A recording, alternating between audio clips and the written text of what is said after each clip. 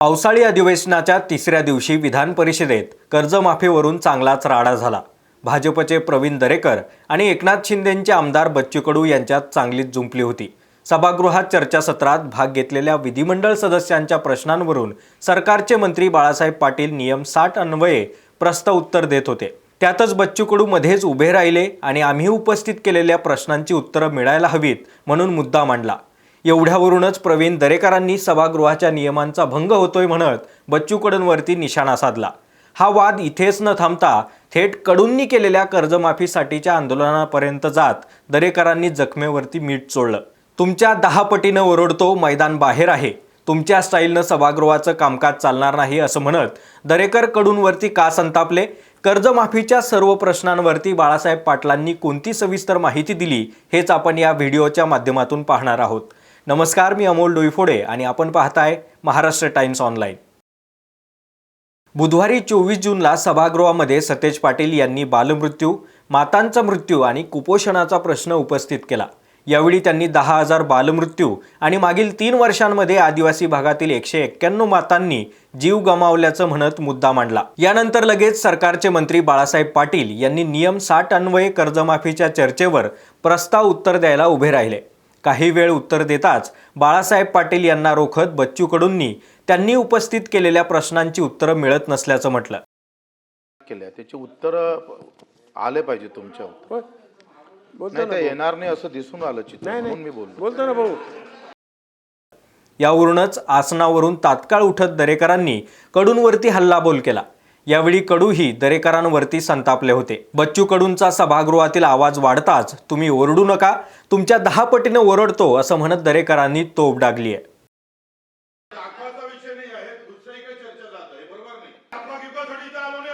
तुम्हाला उत्तर पाहिजे की दाखवायचंय? तुम्ही ओरडू नका, तुमच्या 10 पटीनं ओरडतो, दादागिरी दुसऱ्यांची आहे। तुमच्या या स्टाईलने कामकाज सभागृहाचं चालणार नाही, सभागृहाचं कामकाज दादागिरीवर चालणार नाही आणि तुमच्यापेक्षा 10 वेळा आवाज मी देतो, जायचं त्यांना हुल मारा चाल। दरम्यान तुमच्या स्टाईलनं सभागृहाचं कामकाज चालणार नाही, बाहेर काय करायचं ते करा, मैदान बाहेर आहे असं दरेकरांनी म्हटल्यानंतर मात्र सभागृहात गरमागरमी झाली। यावर हस्तक्षेप करत सभापती राम शिंदेंनी दिलेल्या सूचना गांभीर्याने घ्या, अन्यथा कारवाई करण्याची वेळ येऊ शकते असं म्हणत सदस्यांना इशारा दिला। या सभागृहाची जी काही प्रथा परंपरा आहे, कोणी उठतंय, कोणी वेलमध्ये येतंय, कोणाच्या समोर जाऊन बसतंय, कोणी बोलतंय आणि त्याच्यामुळे कोणी क्रॉस करतंय, कृपा करून असं कुणावर काही मला कारवाई करण्याची वेळ येऊ नये, त्यामुळे सगळ्यांनी त्याची गांभीर्याने दखल घ्यावी। दरम्यान हे प्रकरण शांत झाल्यानंतर मंत्री बाळासाहेब पाटील यांनी 60 अन्वये कर्जमाफीच्या चर्चेवर प्रस्ताव उत्तर दिलंय। ज्यात कर्जमाफीची प्रक्रिया कशी राबवली जाणार, कोणत्या निकषांचं पालन करणं गरजेचं असणार आणि कर्जमाफी देताना पात्र शेतकऱ्याला सरकार व्यतिरिक्त स्वतः भराव्या लागणाऱ्या थकीत कर्जासाठी 31 मार्च 2027 पर्यंत मुदत देणार असल्याची माहिती दिली आहे। सध्या शेतकरी कर्जमाफीवरून शेतकऱ्यांच्या मनामध्ये अनेक प्रश्न आहेत। अशातच सरकारनं घातलेल्या अटींमुळे देखील शेतकरी गोंधळलेल्या अवस्थेत आहेत। तेव्हा मंत्र्यांनी दिलेल्या माहितीनुसार ही प्रक्रिया नेमकी कशी राबवली जाणार हे देखील आपण समजून घेऊयात। यामध्ये बँकांकडून थकीत असणाऱ्या सर्व शेतकरी कर्जाचा डेटा मागवला जाणार आहे। अपात्र घटक वगळून अंतिम पात्र यादी तयार केली जाणार आहे। प्रत्येक शेतकऱ्याला स्वतंत्र युनिक क्रमांक दिला जाणार आहे। यानंतर ही संपूर्ण यादी गाव पातळीवरती सरकारी कार्यालय ऑनलाईन यादी देखील प्रसिद्ध करण्यात येणार आहे। यानंतर शेतकऱ्यांनी आपल्या जवळच्या सहकारी सेवा केंद्रामध्ये जात आधार प्रमाणीकरण करायचं आहे। यानंतर शेतकऱ्यांनी सक्रिय मोबाईल क्रमांक नोंदवल्यानंतर संबंधित कर्जधारकाला मोबाईल संदेशद्वारे आपण कर्जमुक्त झालात असा मेसेजद्वारे कळवलं जाणार आहे।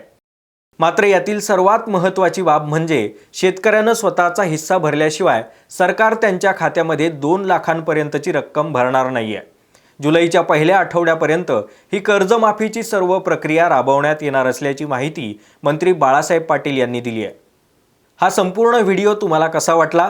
तुम्हाला पडलेल्या प्रश्नांची उत्तरं मिळाली आहेत का हे कमेंट्समधून कळवायला आम्हाला अजिबात विसरू नका। तुम्हाला कृषी संदर्भातले कोणते विषय समजून घ्यायला आवडतील हे देखील नक्की कळवा, कारण यापुढे तुम्हाला दररोज शेती, माती आणि आपल्या ॲग्रिकल्चरशी संबंधित असेच माहितीपूर्ण व्हिडिओ पाहता येणार आहेत. बाकी अजूनही तुम्ही महाराष्ट्र टाइम्सच्या यूट्यूब चॅनलला सबस्क्राईब केलं नसेल तर लगेच करून घ्या आणि फेसबुक, इन्स्टा पेज सोबतच आमच्या सर्व सोशल मीडिया पेजला देखील नक्की फॉलो करा.